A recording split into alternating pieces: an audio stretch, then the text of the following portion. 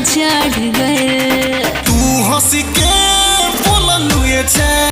नमस्कार आदाब, मैं हूं अवनीश कुमार मिश्रा और आप देख रहे हैं गपशप न्यूज। भोजपुरी में तथाकथित सुपरस्टारों की भौड़ापन वाली फिल्मों से कुछ अलग, कुछ पारिवारिक फिल्में बनाने वाले प्रदीप पांडे चिंटू की जो 2019 में फिल्म आई थी विवाह, उसका पार्ट 2 आ गया है, जो कि काफ़ी पारिवारिक फिल्म है। इसमें आपको आम्रपाली दुबे, अक्षरा सिंह, सहर अफसा जैसी कलाकार नजर आएंगी, जो कि काफ़ी अच्छी फिल्म बनी है। इसका ट्रेलर देखने से पता चल जाता है कि ये काफ़ी पारिवारिक फिल्म होने वाली है।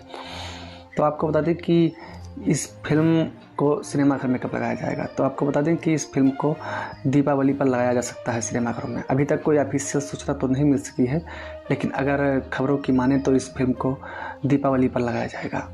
अगर दीपावली पर ना लग सकी तो 14 नवंबर यानी बाल दिवस के उपलक्ष्य पर लगाया जा सकता है इस फिल्म को, या फिर छठ पर्व के अवसर पर इस फिल्म को लगाया जा सकता है।